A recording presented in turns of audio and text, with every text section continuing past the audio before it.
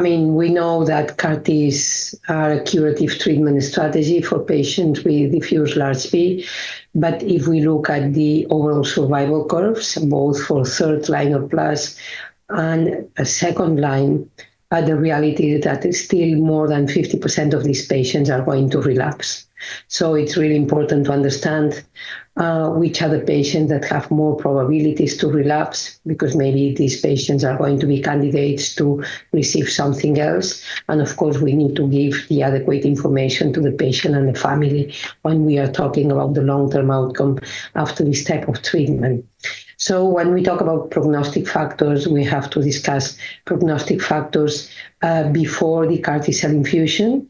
And these prognostic factors are basically related to the patient itself and to the disease characteristics. When we talk about the patient itself, we have to talk about age. We know that age is not... we don't have an upper limit regarding age when we talk about CAR-T, as opposed to what we have with the stem cell transplant.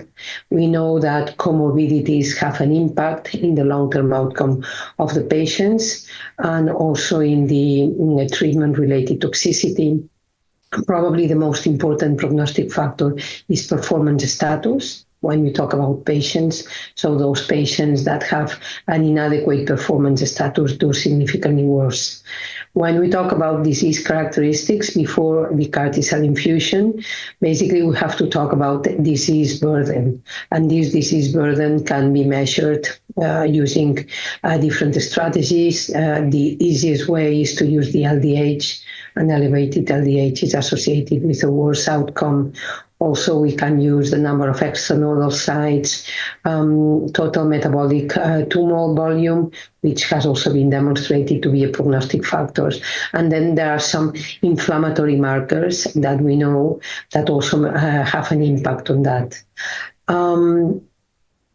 If we talk about the CAR T-cell product, which is also another important prognostic factor, not all the different autologous CD19 CAR T-cell constructs have the same efficacy. This has been seen in retrospective analysis coming from real world.